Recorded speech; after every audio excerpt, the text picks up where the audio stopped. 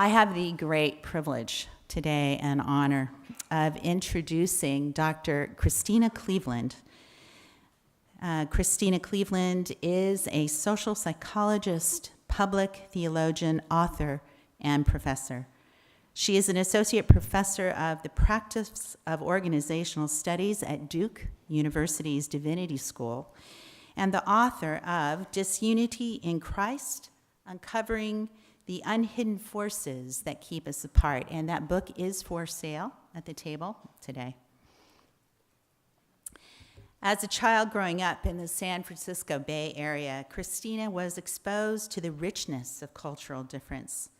The kids on her neighborhood block represented 9 different nationalities, and she quickly discovered that be there in 5 minutes means different things depending on who is saying it. At the multi-ethnic church that her parents planted, she learned that different cultures experience and perceive God differently, and that is a good thing. When she wasn't heading off to an Oakland A's game to catch the Bash Brothers in action, she was studying, ultimately attending Dartmouth College, where she double majored in psychology, psychological brain sciences, and sociology, and UC Santa Barbara, where she earned a PhD in social psychology. Recently named one of 5 online shepherds to follow by Jet magazine, Christena has devoted much of her vocation to teaching in higher educational institutions, as well as serving the church and broader society by regularly writing, speaking about compassion as a buffer for racial stress. She's also finishing her 2nd book, Hooray for Us, which examines inequality and offers a practical theology of privilege. A recent transplant to the South, Christena has fallen in love with the Carolina woods, savors the time she spends on her farm and with friends, and is thinking about becoming a Durham Bulls fan. And now I turn over the podium to Dr. Christena Cleveland.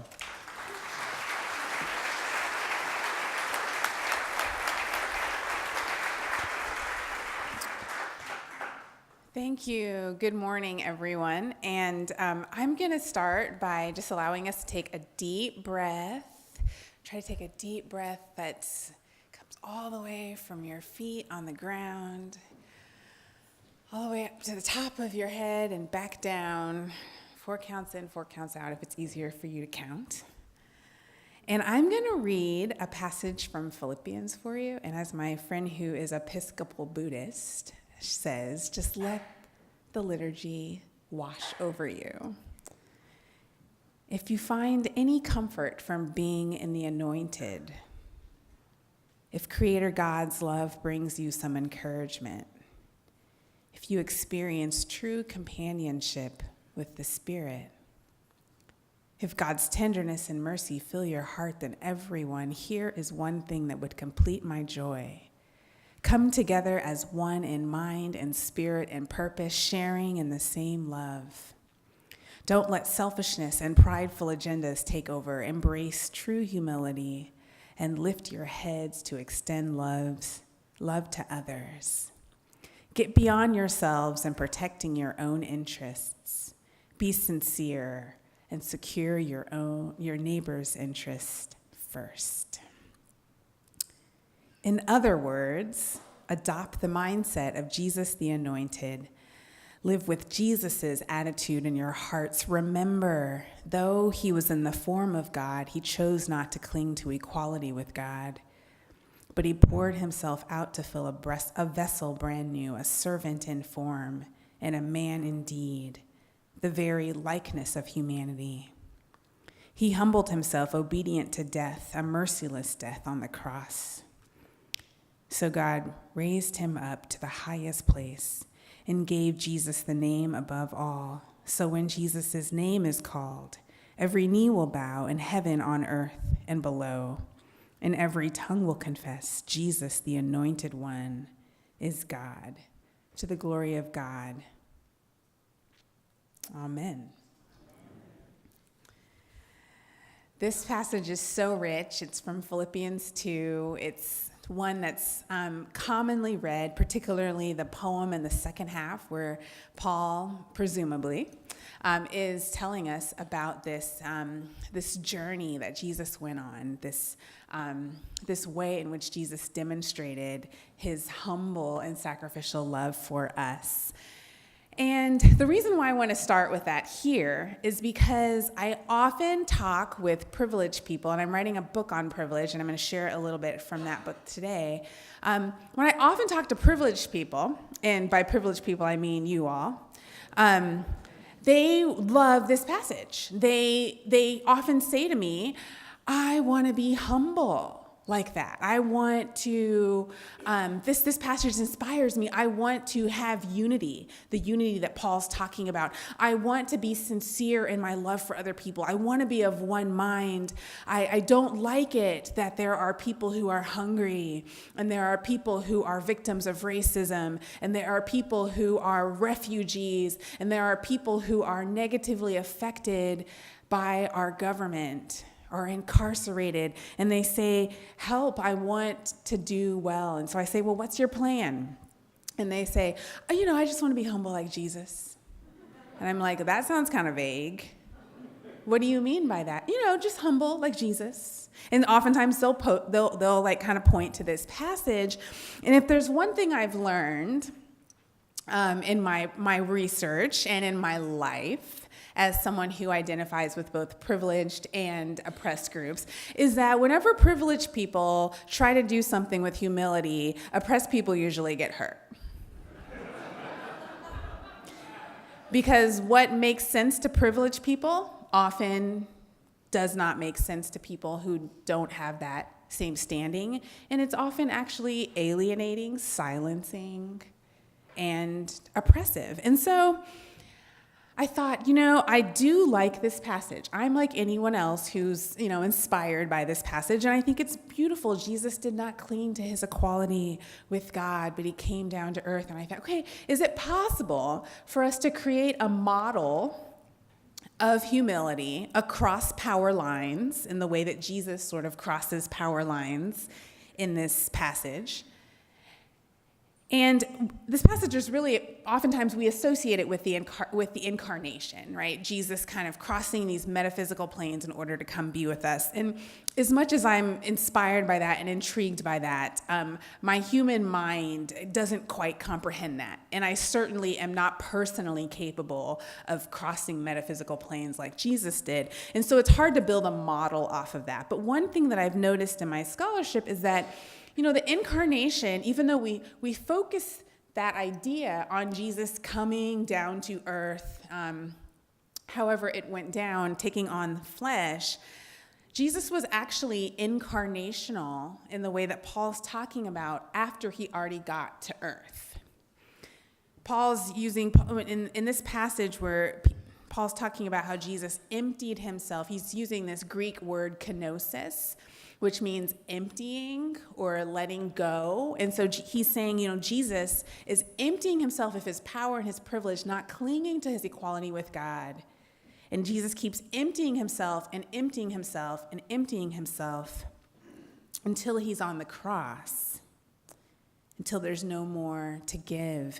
And so I thought, if the incarnation, as we understand it, where Jesus came to earth, is just the beginning, then how does Jesus continue to empty himself? How does Jesus continue to incarnate? How does Jesus continue to not cling to his power and privilege and equality with God as he's interacting with human beings as a human being? Because that's actually a model that I can sort of follow. That's a human being doing things on earth. Let's look at that. So I created my own biblical hermeneutic, which, I'm at a divinity school now, so it's okay, don't worry.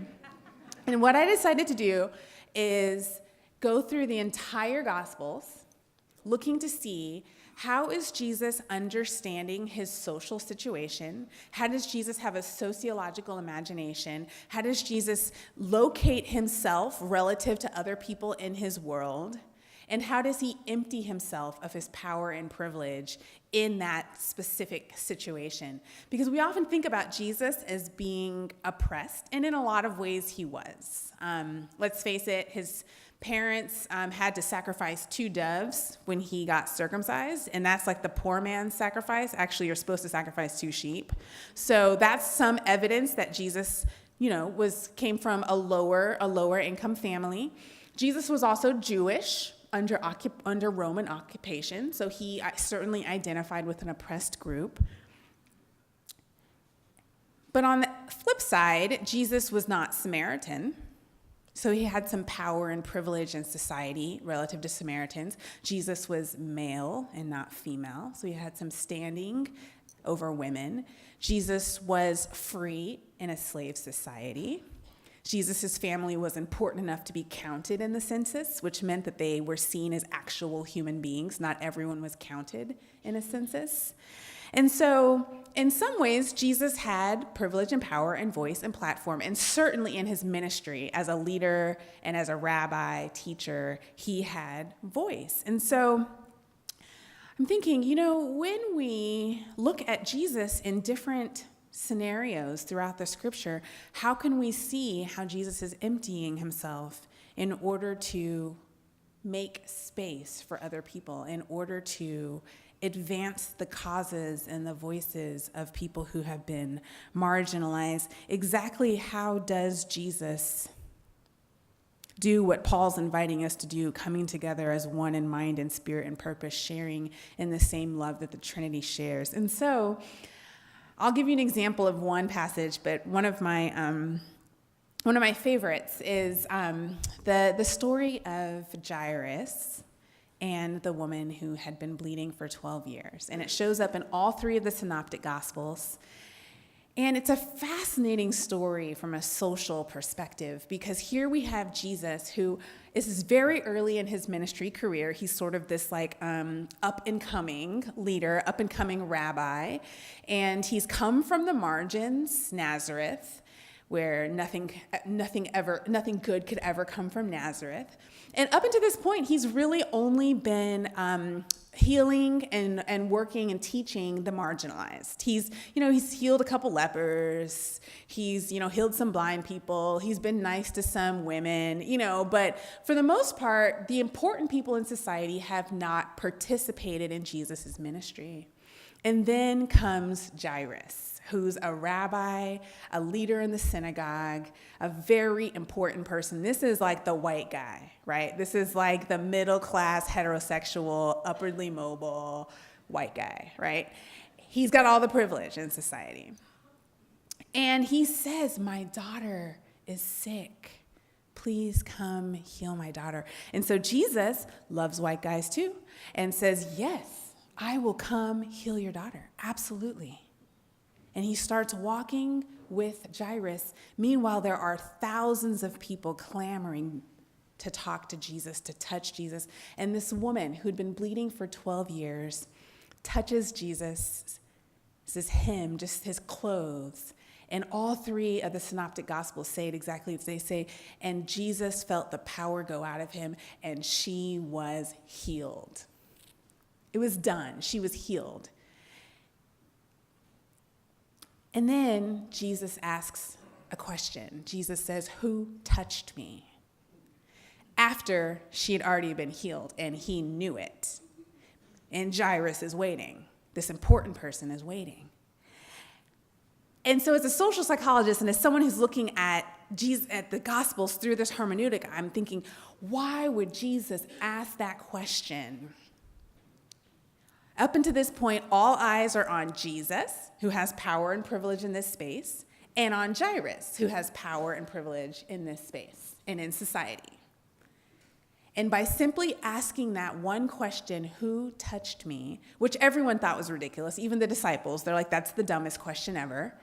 Everyone's touching you," right? By asking the question, Jesus shifts all the focus in that entire community from him and Jairus to this woman, and she gets to tell her story. And I love the way Mark tells it. He says, "And she told her whole truth." This woman who probably smelled horribly at this point. This woman who was most likely homeless, because in the theology of that day, if you were sick, that meant you were spiritually sick, you were sinful, and so families could kick you to the curb and no one would think any less of them for it. She had been marginalized. She probably had no money. She probably looked very sick. She was the kind of person that no one in that whole culture would possibly think, this woman is the center of what God is doing right now. And she gets to tell her whole truth. And I have a feeling 12 years of being sick in that society, I'm guessing her whole truth was not short. She's talking and she's sharing and her story is coming out and Jesus is listening and listening. And meanwhile, Jairus is standing there waiting and waiting and waiting and listening to this woman tell her whole truth. And at any moment, Jairus could have easily said, all right, Jesus, let's wrap this up. I'm glad good for her. However, I have needs, right? And a real need. My daughter's dying. Let's go, Jesus. And I don't think anybody would have questioned that, because in that society, he had all the power, right? It's like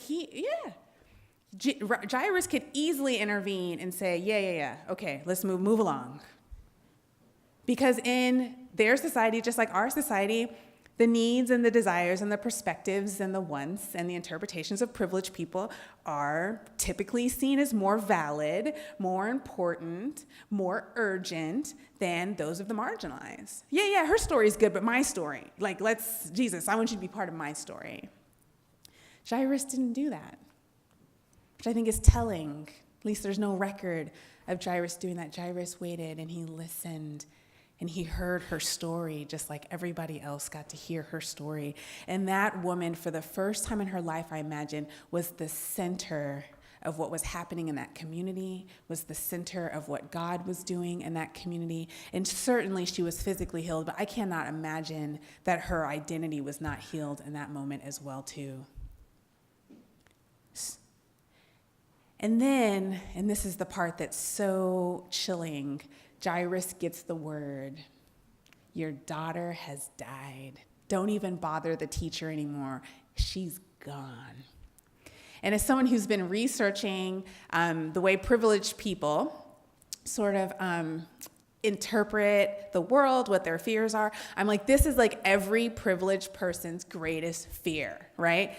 While other people are getting the attention and the equality that they've always deserved, that's going to impact me in a negative way, right? If my job makes a point of intentionally hiring women of color, well, then what's going to happen to me? Am I going to get promoted? Wait, oh my gosh. Or if this school institutes affirmative action to try to right an institutional wrong, well, is my son going to be able to get in? And if I give sacrificially of my money, are my bills going to be paid? Will I have what I need? Will I be able to send my kids to college? If we just let anybody move into the neighborhood, will I feel safe? This is like every privileged person's fear. If you don't believe me, just believe me, actually. No, I think not. This is what I hear over and over and over again. And the reason why I know this to be true is not just from the research I've done with interviews I've conducted with people, but there's a recent sociological finding that comes out that says that when privileged people, and this study was particularly done on white men, when privileged people are required to participate in a system of equality, where everyone actually gets the same resources and they don't get extra or any boost, it feels like discrimination to them. The psychological experience is comparable to the psychological experience that, like, say, women of color have when they're actually being discriminated against, right? Okay, so just to be clear, treating everyone the same is by definition equality. Okay, so they're not being discriminated against, but it feels like it. So that kind of helps us understand what Jairus was probably feeling. Yeah, Jesus, I'm glad that you're paying attention to this woman, but meanwhile, I'm not getting what I need. And do I really want to participate in a world where I'm not guaranteed to get what I need, even if it means giving someone else what they need? And when I think about that, those fears, the fear that I'm not going to get mine if I really participate in equality and in equity, is really a fear that comes out of a theology of scarcity, not abundance. And when I'm tempted to feel that way myself, I have to ask myself, do I really believe in the resurrection? Because if I really believe in the resurrection, which we presumably just celebrated not too long ago, then I have to believe that there's enough power and enough love and enough resources to go around. And I don't have to fear. Actually, I'm invited to participate in the work that God is doing and making things right. And that's exactly what Jesus was doing. Jesus was saying there's an imbalance in this community. And this woman for 12 years has been neglected and nobody's cared about her needs. And she's never been the center of anything. And so, yeah, Jairus, I'm going to put you on hold for a second. So she gets to tell her whole truth. And sure enough, Jairus' people came and they said, your daughter's dead, don't even worry. And Jesus says to Jairus, have faith, just believe. Just believe. Just believe that there's abundance. Just believe that there's enough for you too. And what's so interesting to me, and I can't prove this, but Jairus was able to have that faith. And he was still able to go with Jesus to his home. And Jesus went to his home and resurrected his daughter, which I feel like is like extra miracle, like she was just going to be healed. And then he got to actually witness a resurrection. That's pretty cool. But he was able to trust because he could have easily just been like, oh yeah, Jesus, forget it. I'm mad that you took time to care about this woman. And I'm just hurt because it's not about me. And it's hard when it's not about me. But he still had faith. And I can't prove this, but I look at this, and I look at the way that I understand the interdependence of humanity, the interdependence of God, the way that we're called to be in relationship with each other, the way in which one person's liberation is bound up in another person's liberation. And I think Jairus got to hear this woman's whole truth.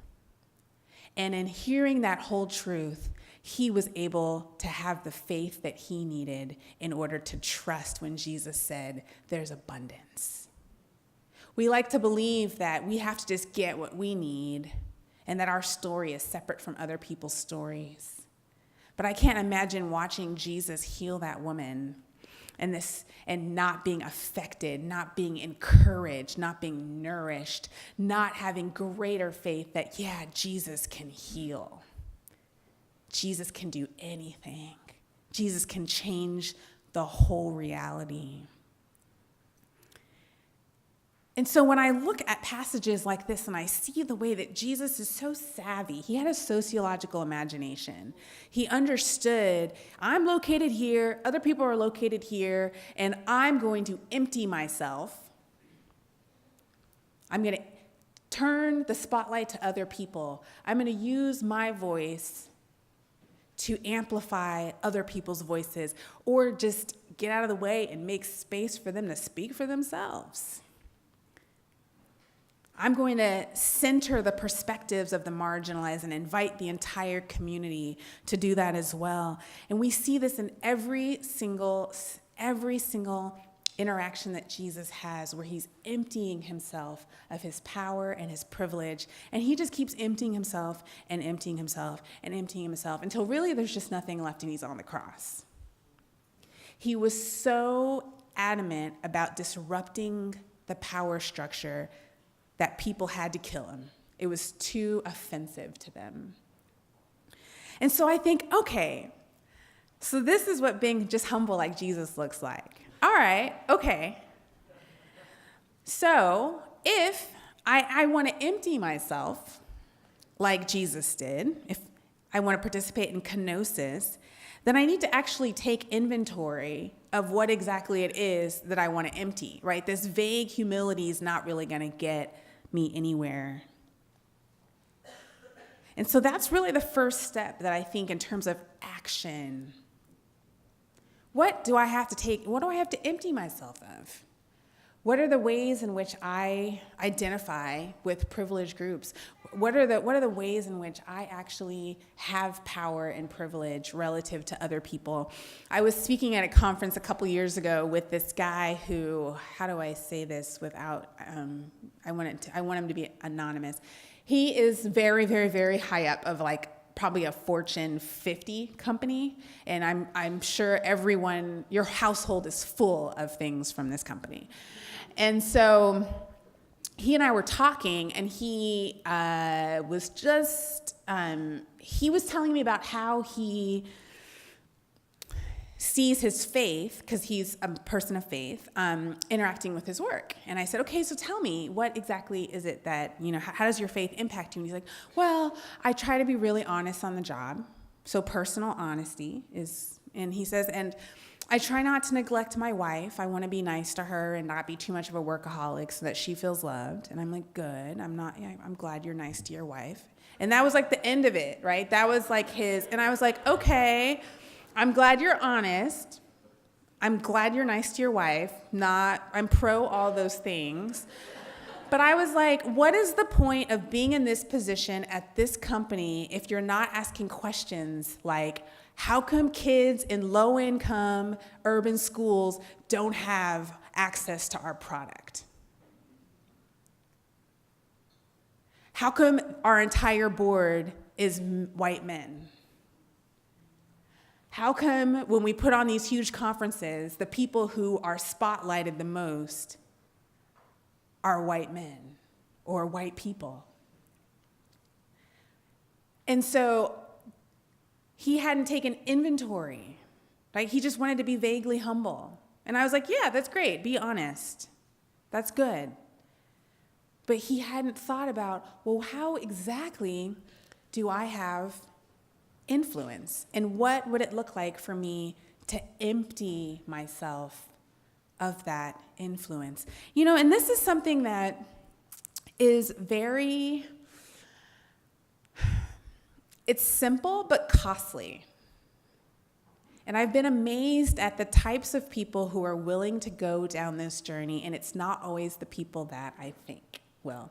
Because the fact of the matter is that this journey took Jesus to the cross because it was so offensive to people. And we often think, well, this journey, we can sort of juggle this and everything else that we do, right? It's, I can still keep my position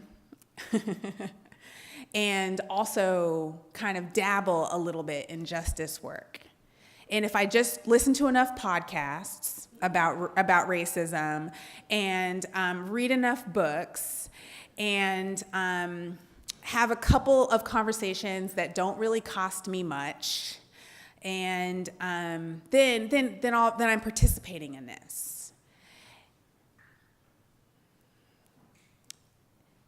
But the fact of the matter is, we can't get away from this, is that this journey took Jesus to the cross. And this journey also took him to the resurrection. So there's, a light at the end of the tunnel.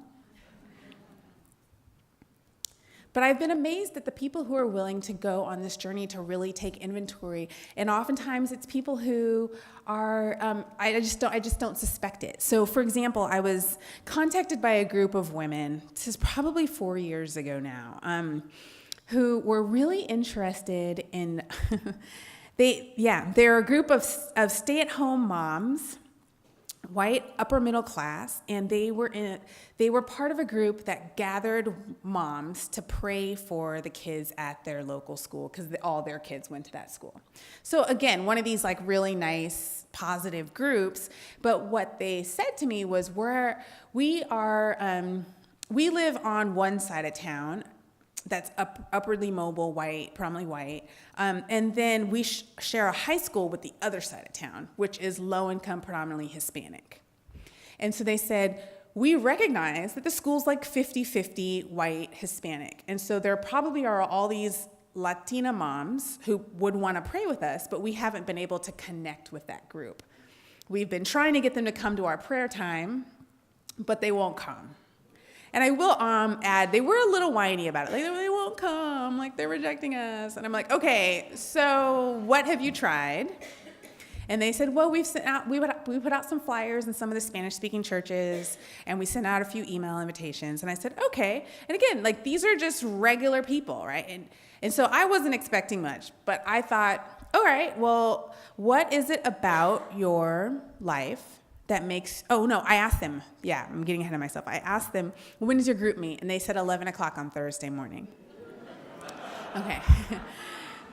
Okay, and so I said, well, what is it about your life that makes you available at 11 o'clock on Thursday morning? And they said, their response was, well, actually, we got together with our spouses and we decided, we really love our kids and we really want to prioritize someone being home with them. So we chose to stay home, and that's why we're available at 11 o'clock on Thursday morning. And I thought, and I said to them, wow, that's the wrong answer. And what's amazing and what we talked about yesterday afternoon is the ways in which we want to feel good about our group.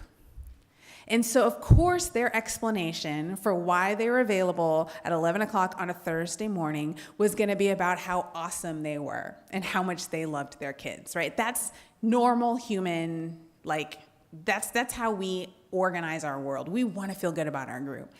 And so I just said, well, actually, that's not the right answer. Why do you think you're available at 11 o'clock on a Thursday morning? And they said, we don't know. If that's not the answer, we don't know. And I said, that's fair. You're being honest. That's awesome. So I said, here's what I want you to do. Don't call me back for at least 3 months. Take your families, and I was talking to 5 women who were the leaders of this group of about 25 women. And so I said, take your families, leave your church where everyone's like you, and go and participate in an Hispanic church and get to know people and share life and share brain space. And when you figured out what it is about your life that makes you available at 11 o'clock on a Thursday morning, call me back. And I was trying to get them to take inventory. What is it that you have because of your social location that other people don't have? Because we can't talk about giving anything up if you're not even aware of what it is that you have. And I say this kind of stuff to people all the time, right? I mean, I'm always like challenging people to do this and that. And usually people are like, I understand exactly what you're saying. No.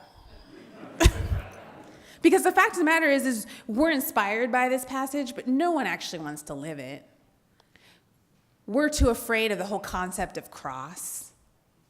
And because of that, we actually don't really get to participate in resurrection. And we live these very shallow lives. My friends who live in Rwanda are like, we pray for you. We pray for you, Western Christians, because you don't even know what hope is. You don't even know what resurrection is. And so usually people just say no. Like, I hear your challenge and no, I'm too comfortable. But these women surprised me. They were amazing. They were like, all right, we'll do it. And I was like, okay. And they actually didn't call me back for about 6 months. And they called me back. And the first thing one of the women said, they're like, oh my gosh, we have so much to talk to you about. And I said, okay. And and the leader said, but the first thing I want to say is for the first time in my life, I have flesh on my bones. And she said, how could I ever go back? How could I ever go back? And they said, but we learned all these things. They're like, first of all, we have all these Latina sisters now. And we learned all these things about their lives and our lives. And one of them was like, hey, one of the things we learned is they love their kids as much as we do. I was like, probably more, like, they were like, but they want to pray with us, but many are working multiple jobs. And many of them have lots of pressures on their lives, and many of them do not have private transportation, and getting around town on the buses is time-consuming. And many of them don't always feel safe in their neighborhood. And so waiting for the bus can even be scary. So they said, so we just went ahead and changed, because they were supposed to come back and talk to me, and then we were supposed to come up with a plan. No, didn't do that, which is great. They were like, we just went ahead and changed the time of our prayer group. We meet at 11 p.m. on a Thursday night in the home of one of the moms, Latina moms, because they said, we realized we have private transportation, we have access to childcare, all of us are stay-at-home moms, so if we need to rearrange our schedule on Friday morning to compensate for the fact that we're out really late, we can do that. They were like, we realized there was this barrier. We wanted unity, but we wanted it on our terms. We didn't want to have to give up anything. We didn't want to have to make a sacrifice. And they're like, we realized it wasn't going to work that way. So they were like, we've been meeting now at 11 p.m. on Thursday night. And they're like, now we have about 25 white moms coming. We have about 20 Latina moms coming. We're packing out this apartment that we're in. And then like 3 months later, they call me back and they were like, some of the Latina moms said that way more moms would come, except for they don't speak English. And so one of the white moms was like, all right, cool, I'll pay for a translator, not a big deal. And so we got a translator, and then they said, we white women realized that we needed to learn Spanish. So about 12 of them signed up for classes and started learning Spanish, because they said, why should they have to learn English? Again, they're taking inventory, right? These are not sociology majors, right? These are not people who could give you a lecture on power and privilege, but every single time they were invited to empty themselves, like Jesus, they emptied themselves. And they said, all right, so we're going to start learning. And so a bunch of them started learning Spanish. And then about 6 months later, they called me back. And they were like, our group, we definitely still pray for sure. But now we mostly just do immigration reform work. Because how can you not, right? How can it not lead to actually putting your own values and resources and time on the line in cross-cultural advocacy? In the same way that Jesus came to earth and took on a whole set of human problems and issues and fears and concerns that were nothing like his own, what he experienced in the Trinity. And so they said, we had no idea that our sisters live in fear all the time that someone in their family is going to get deported. We had no idea that our county has chosen to define residency in a way that excludes people who are not citizens. And so therefore, people who might want to have access to public hospitals or public education and some of the things that the county should provide are not able. So they've gotten involved with that. And one of the things that, like I said, this group is surprising, because this isn't the group that you would assume. These aren't the people who talk the talk, right? These aren't the people who listen to all the podcasts and read all the books. Actually, I'm a little wary of those people.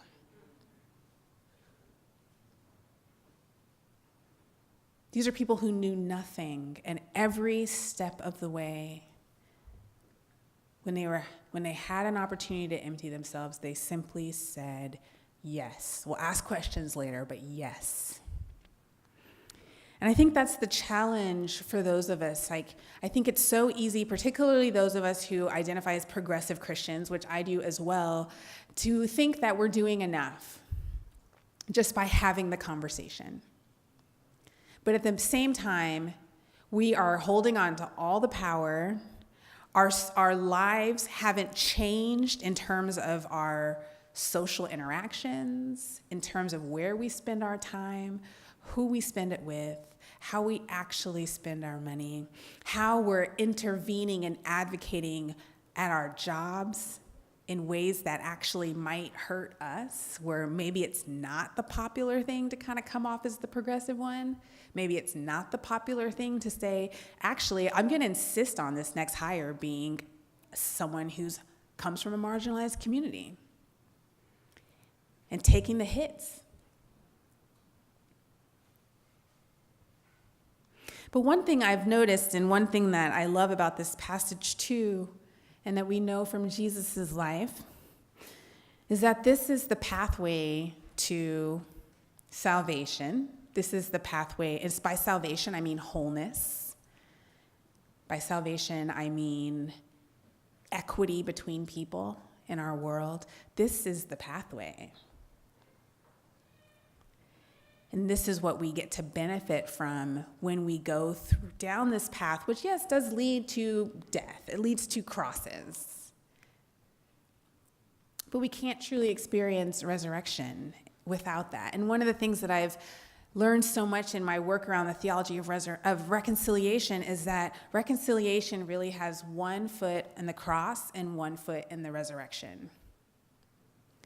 It's both. The way it's often been talked about, particularly in white communities, is it's just resurrection. Like, yay, kumbaya, let's come together. But no one wants to pay the price for it. And so this is our invitation, this is our opportunity. And like the woman who said, I feel like for the first time in my life, I have flesh on my bones. I have never found anyone who's truly gone down this path who's ever wanted to go back. So I'll leave you with that. Thank you.